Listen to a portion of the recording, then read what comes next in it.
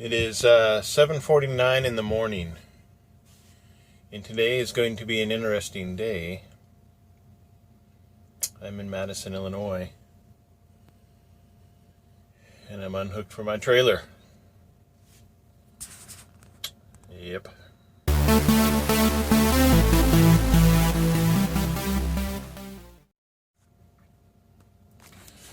Alright, so much to cover in so little time, because 10 minutes isn't very much time. I'm at the Madison yard. Says what, 7:49? And we're finishing up my pre-trip, but it's kind of pointless right now because my fleet manager, who works here now, came out, and while I was doing my walk around and stuff, she asked me if I got her message. What? And I keep telling her no. I haven't checked my Qualcomm yet. But anyway, I wanted to show you something. So my day is just starting. Let's see if it'll focus. I know it takes it a little bit, but I think it's a interesting fact. Sorry for using my finger. I got 9 hours and 8 minutes left on today. That's what it's like to run on recap. Sometimes you run into these days where you don't have a full day's worth of time. But let's see. Now I got to go through the whole refocus thing again. No. You can see I didn't get a reset in the current cycle, but at midnight tonight I'm going to get 11 hours and 13 minutes. And then tomorrow I'll get 10 hours and 45 minutes. So we'll see how this goes. I'm going to show you what load I did have and how it was secured, but I think I'm getting an empty trailer.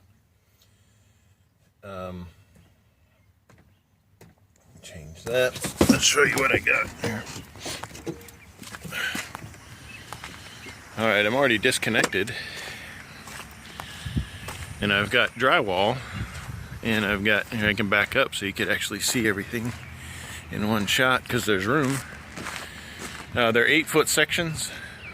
So I'm running six straps, and I've got my edge protectors under there. And this is pretty much how it came, minus the straps. This is how much it pretty much came out of that facility in Ohio. I had my tarps laid up on the front, and they had loaded it, and when it came out it was covered in the tarps. So all I had to do is run some bungees. You can see the difference between my bungees and then the bungee that they put on to hold, they put bungees on like that in several spots to hold the tarp on, and I can't reach all the way up there to pull the bungee off, and I just left it there. So I drove, I maxed out my clock. I've never run my truck so low on fuel and DEF before as I did yesterday. But I had it, it was planned out, but I was like, this is going to be right on the cusp. I knew that I was going to be using up like everything to get to my fuel stop. And I was nervous because I wanted to make it here to the Madison yard before my clock ran out, and there was like a 45-minute window to play with. And I was driving through St. Louis, so if there's any slowdowns, I was going to be hosed. But anyway, I made it to the Loves, got my 132 gallons of fuel and like 12 gallons of DEF. And it's all, my truck is now topped off, ready to go, waiting for another Maverick driver to show up. He lives out in Tennessee, so this load will work out for him because it's going to Savannah, Georgia.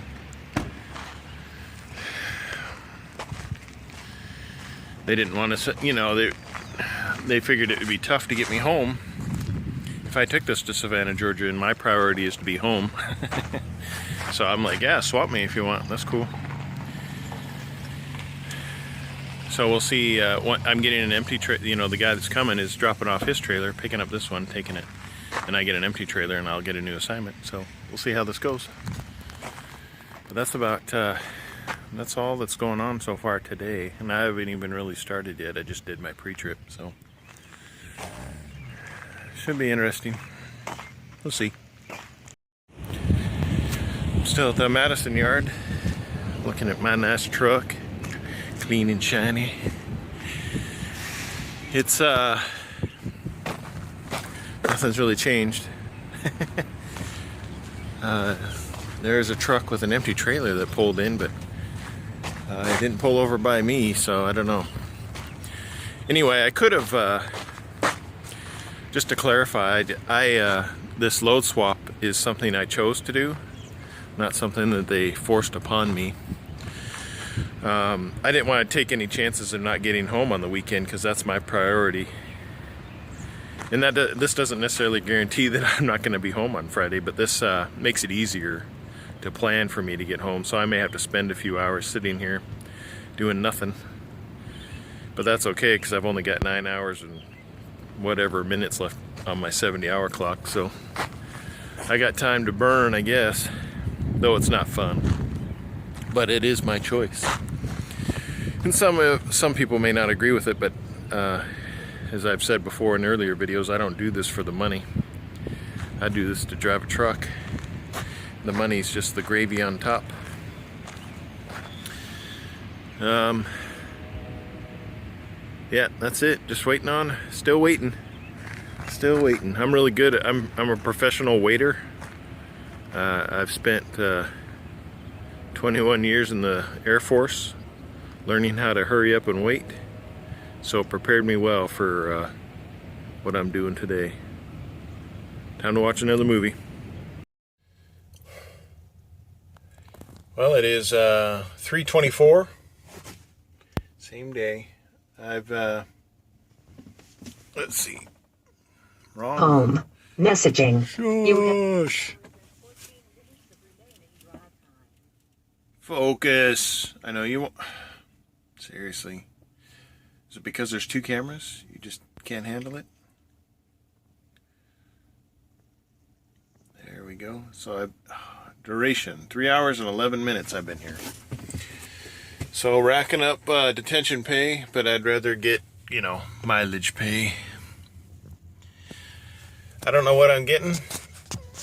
All the other Maverick trucks that have been pulling out with 6 pipes. Last time I came out of here to this, and I'm going to a location I've been to before in Tennessee. It's only going to take 5.5 hours to get there. I have, and the time counts. I was looking at this when I had 7.5 hours left on my clock, and I'm like, oh yeah, I've got this. I'm next in line. I'll easily make it to the truck stop that's right, near where I'm dropping off. Now I may have to stop sooner. So, yeah. The joys of waiting. I think I need to turn on I just pulled my truck into a forward position. I was backed up a little bit to make room for these people. They needed to run a bunch of pipes without carrying it over my truck. And 2 minutes ago they had me pull forward. This is where trucks are loaded, so I'm assuming they're gonna start loading me any minute now. So we'll see how this day ends. All right, it is 8:30 at night, and I found this non-conventional. It's not a. What I mean by that is it's not a Pilot. And it's not a Love's, it's just a generic truck stop, and it's considered a large, and it is. It's got a huge parking lot. And at 8:30 at night, there's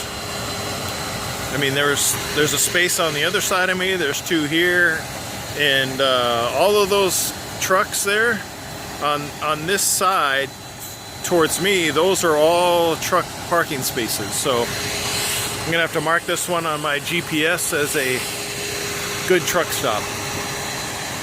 I can care less about the facilities because I rate truck stops on available parking. And I just wanted to give you a quick update on this is my load. I've got 6 pipes Last time I did a load like this, it had 7. And I put on 7 straps, even though only 6 are required, because it looks better. I didn't do it because it needed it. I just like the way they spaced out with 7 straps. So some may consider that overkill, but took an extra second, 1 extra strap.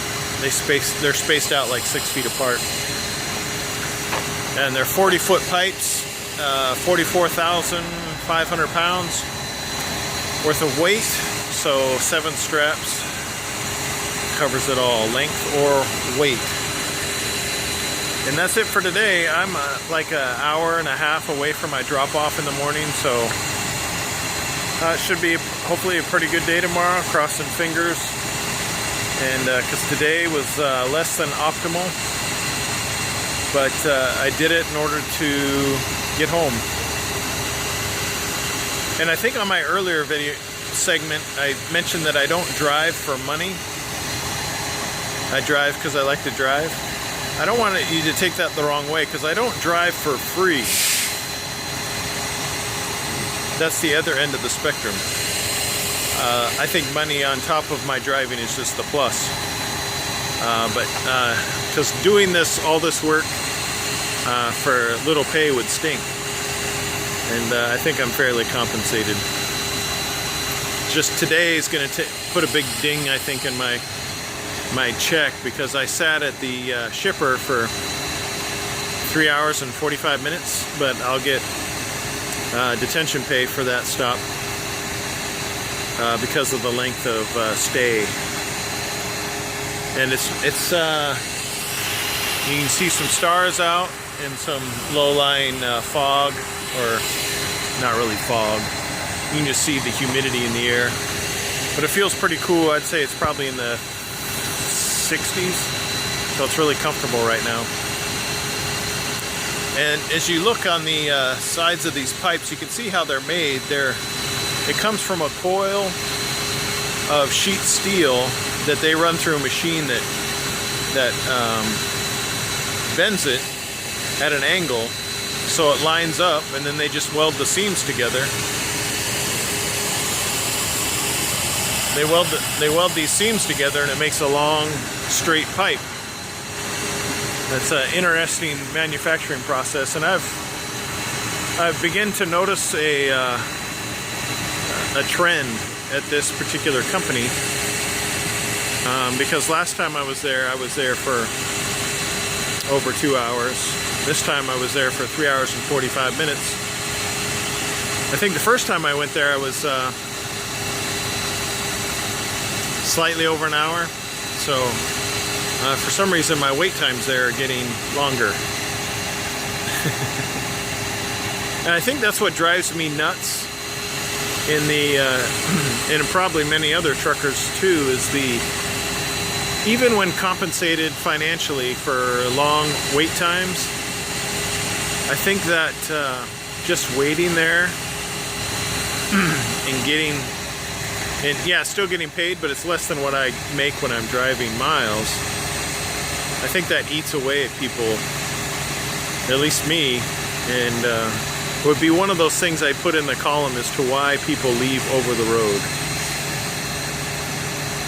But so there we are, end of the day, ready to edit some videos, because I got this today and I think Sunday/Mondays I need to work on. So I need to crank those out so I can go to sleep. Start my day tomorrow.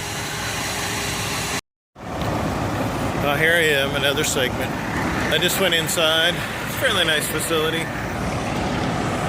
And kind of give you a perspective on parking here. It'll probably take me a couple minutes to get back to where my truck is at, because I park in the back.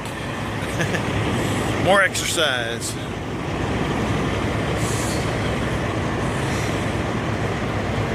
Most of these trucks that are here, I would say this parking lot is half full.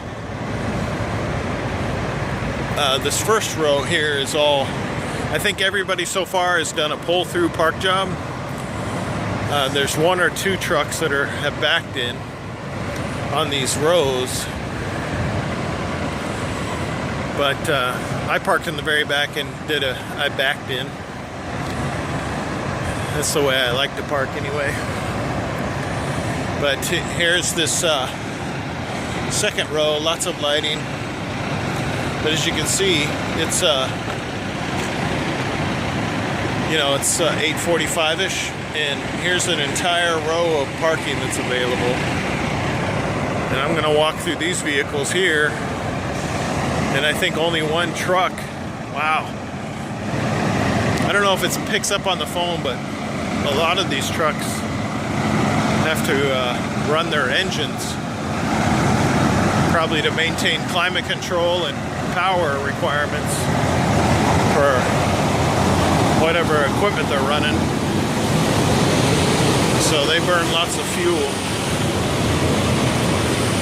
And then their flatbed.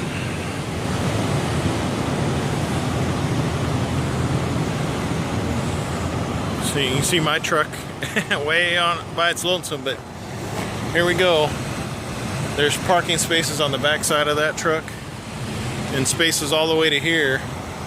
So this, I'm gonna have to mark on my GPS. I have the ability to rate truck stops. So I'm gonna have to give this one high marks, and I give ratings based on parking. And this way I'll know in the future that this particular truck stop is one of those, because it's not a name brand one. I think parking, the experienced truckers, well, I shouldn't say that. I'm sure a lot of people know about this place, but it's very rare in my short time of truck driving to find this much parking this late at night. Because if this was a Love's or a Pilot,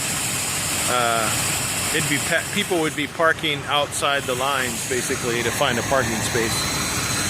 So anyway, needless to say, I'm impressed, and I can't remember the name of this place. Exit 8 off of I-55, and I want to say I'm still on the Missouri side. I haven't hit Arkansas yet. I think I'm 8 miles away from the Arkansas border. So somebody else may remember what the name of this truck stop is, but it's huge. And that's a good thing. Parking at night available like this is awesome.